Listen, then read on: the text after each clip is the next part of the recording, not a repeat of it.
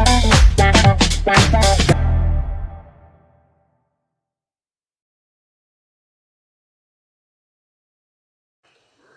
Students,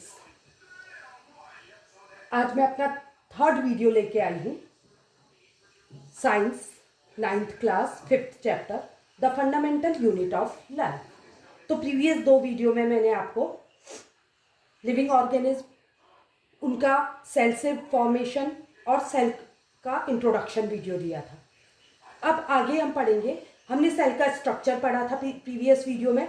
तो cell की जो आउटर मोस्ट कवरिंग होती है, जिसको हम प्लाज्मा मेम्ब्रेन कहते हैं, तो आज हम डिस्कस करेंगे प्लाज्मा मेम्ब्रेन के बारे में, जो कि एनिमल सेल और प्लांट सेल दोनों में प्रेजेंट रहती है।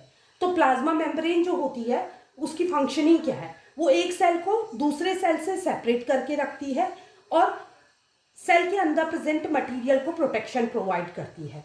तो प्लाज्मा मेम्ब्रेन जो होती है वो प्रोटीन और लिपिड से बनी होती है। इसके लिए भी मैं आपको ट्रिक बताऊंगी, जैसे मैं हर वीडियो में आपको कुछ ना कुछ ट्रिक और टिप्स देते जा रही हूँ, जिससे कि वीडियो में ही आप देखते हुए पूरे टॉपिक को क्लियर कर लें और याद कर लें एग्जाम के लिए। मैं गारंटी देती हूँ कि एग्जाम के टाइम भी अगर आप ये वीडियो देखेंगे तो एक बार देखने पे ही आपको प्रॉपर याद हो जाएगा टॉपिक।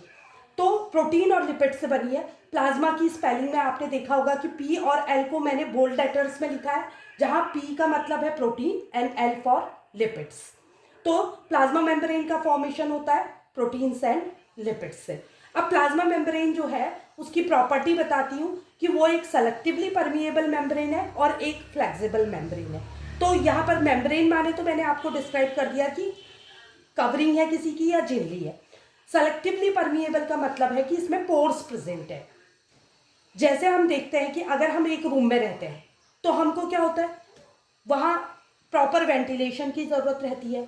हमें अंदर बाहर जाने के लिए डोर्स की ज़रूरत पड़ती है और प्रॉपर वेंटिलेशन के लिए विंडो की ज़रूरत पड़ती है। सिमिलरली इसमें भी पोर्स प्रेजेंट होते हैं, जो कि इसकी खिड़की और दरवाजे का काम करते हैं।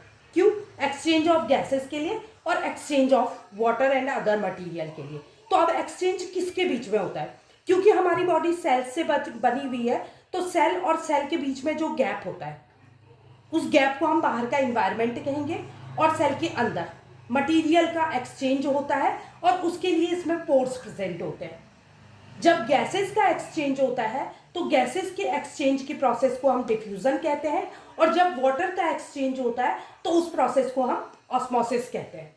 तो पहले मैं आपको डिस्क्राइब करूंगी कि गैसेस का एक्सचेंज कैसे होता है, क्यों ऑक्सीजन अंदर जाती है और क्यों कार्बन डाइऑक्साइड बाहर निकलती है। मैं रटने को नहीं कहूंगी, आपको टू द पॉइंट आपको एक्सप्लेन करूंगी, सो दैट आपको एग्जाम के समय प्रॉपर याद रहे। तो क्या होता है कि सेल के अंदर ही सारी एक्टिविटी होती है, क्योंकि ये एक मशीन है किसी भी ऑर्गेनिज्म की। तो अंदर इसमें क्या होता है, एनर्जी का फॉर्मेशन होता है। जब कोई भी बॉडी जो है फंक्शनिंग करती है तो उसको एनर्जी की जरूरत पड़ती है, चाहे वो नॉन लिविंग हो या लिविंग हो। सेल एक लिविंग बॉडी है तो इसको भी एनर्जी की जरूरत पड़ती है। तो एनर्जी का फॉर्मेशन माइटोकॉन्ड्रिया में होता है, जो सेल ऑर्गेनेल है, जो कि सेल के अंदर होता है। तो ग्लूकोज के ब्रेकडाउन से एनर्जी का फॉर्मेशन होता है। तो ग्लूकोज के ब्रेकडाउन के लिए ऑक्सीजन की जरूरत पड़ती है।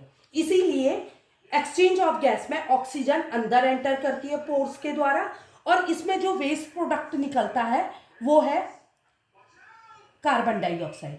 इसमें एनर्जी का फॉर्मेशन होता है plus carbon dioxide as a waste product निकलती है।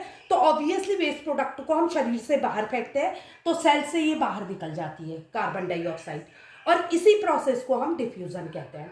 सेकेंड थिंग मैंने आपको बताई थी ऑस्मोसिस, मतलब एक्सचेंज ऑफ वाटर। तो एक्सचेंज ऑफ वाटर किस तरह से होता है, किस तरह के सोल्यूशन में होता है, ये भी मैं आपको एक्सप्लेन करती हूँ। एक्सचेंज ऑफ वाटर किसी भी सेल में जो होता है, 3 तरह के सॉल्यूशन बनते हैं। पहला है हाइपोटोनिक सॉल्यूशन, दूसरा है हाइपरटोनिक सॉल्यूशन एंड तीसरा है आइसोटोनिक सॉल्यूशन। तो इसके लिए, इसको समझने के लिए हम क्या करेंगे, 3 सेल ले लेंगे, सेम साइज के 3 सेल, 3 कंटेनर ले लेंगे। एक कंटेनर में हम प्योर वाटर भर देंगे। Pure water means dilute water, कुछ भी उसमें मिक्स नहीं करेंगे। तो सपोज इस कंटेनर में केवल डाइल्यूट वाटर है, तो क्या होगा कि वाटर बाहर ज़्यादा है अंदर कम है। तो हमेशा वाटर का जो फ्लो होगा वो किस डायरेक्शन में होगा, हायर कंसंट्रेशन से लोअर कंसंट्रेशन की ओर। किसी भी चीज का फ्लो जो होता है, इवन गैसेस का फ्लो भी जो होता है वो हायर कंसंट्रेशन से लोअर कंसंट्रेशन की ओर। क्योंकि जब सेल के अंदर क्या होता है, जब एनर्जी का फॉर्मेशन होता है तो ऑक्सीजन यूज हो जाती है सेल के अंदर की, तो ऑक्सीजन की मात्रा कम हो जाती है, तो बाहर से अंदर की ओर ऑक्सीजन फ्लो करती है। और कार्बन डाइऑक्साइड क्योंकि इसका रिजल्ट है, इसका वेस्ट प्रोडक्ट है, तो अंदर जो होता है कार्बन डाइऑक्साइड अधिक हो जाती है, तो वो मूव करती है बाहर की ओर। सिमिलरली ये डाइल्यूट सोल्यूशन है, तो वाटर बाहर ज्यादा है अंदर कम है, तो क्या होता है दोनों डायरेक्शन में मूवमेंट होगा वाटर का, बट ज्यादा कहाँ जाएगा, अंदर जाएगा, क्योंकि अंदर स्पेस है, लोअर कंसंट्रेशन है वाटर का। तो इससे क्या होगा, सेल बड़ा हो जाएगा, फूल जाएगा।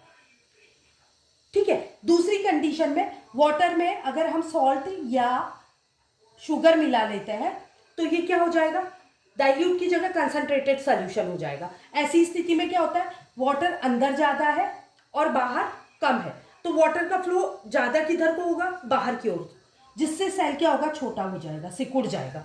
और तीसरी कंडीशन में अंदर भी और बाहर भी वाटर का जो अमाउंट है इक्वल है, जिसके कारण क्या होता है, अंदर और बाहर दोनों डायरेक्शन में equal amount of water flow करता है। तो इक्वल अमाउंट ऑफ वाटर जब फ्लो करता है तो उस सोल्यूशन को कहते हैं आइसोटोनिक सोल्यूशन। तो ये तो एक सिंपल याद करने का बहुत इजी तरीका है, क्योंकि H और H वाली स्पेलिंग नहीं है इसकी बिल्कुल डिफरेंट स्पेलिंग है। तो ये तो आपको ऐसे ही क्लियर हो जाना चाहिए। यहाँ पर को बच्चे बहुत कंफ्यूज हो जाते हैं, हाइपरटोनिक की जगह हाइपोटोनिक लिख देते हैं और हाइपोटोनिक की जगह हाइपरटोनिक। तो मैं आपको ट्रिक बताती हूँ, जब सेल के अंदर वाटर फ्लो करता है तो वो फूल जाता है, पॉट की तरह बन जाता है। तो जिस स्पेलिंग में पॉट आता है, मैंने आपको बोल्ड लेटर में POT लिख के छोड़ा है, तो वो होता है हाइपोटोनिक सोल्यूशन, और उसका अपोजिट बन जाता है, जहां छोटा हो जाता है सेल उसको हाइपरटोनिक कहते हैं। अब दूसरा इसकी प्रॉपर्टी है सेलेक्टिवली परमिएबल मेम्ब्रेन की, कि मेम्ब्रेन जो होती है वो फ्लेक्सिबल मेम्ब्रेन होती है। तो फ्लेक्सिबिलिटी हम किससे शो करेंगे, एंडोसाइटोसिस से। एंडोसाइटोसिस क्या है, ये एक प्रोसेस है जिसमें क्या होता है कि जो लिविंग ऑर्गेनिज्म होता है, स्पेशली अमीबा में होता है ये प्रोसेस।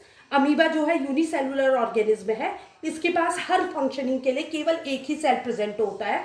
तो वही सेल क्या होता है, जब अमीबा चलता है तो फॉल्स फीट प्रोवाइड करता है, और जब उसको कोई फूड पार्टिकल दिखता है तो वो फूड वैक्यूल में कन्वर्ट हो जाता है और फूड पार्टिकल को इनगल्फ कर लेता है। इसी प्रोसेस को एंडोसाइटोसिस कहते हैं। और ये जो है सेल में फ्लेक्सिबल मेम्ब्रेन प्रेजेंट होने के कारण ये प्रोसेस होती है। तो यहाँ पर को मैंने आपको किसके बारे में डिस्क्राइब किया, प्लाज्मा मेम्ब्रेन के बारे में।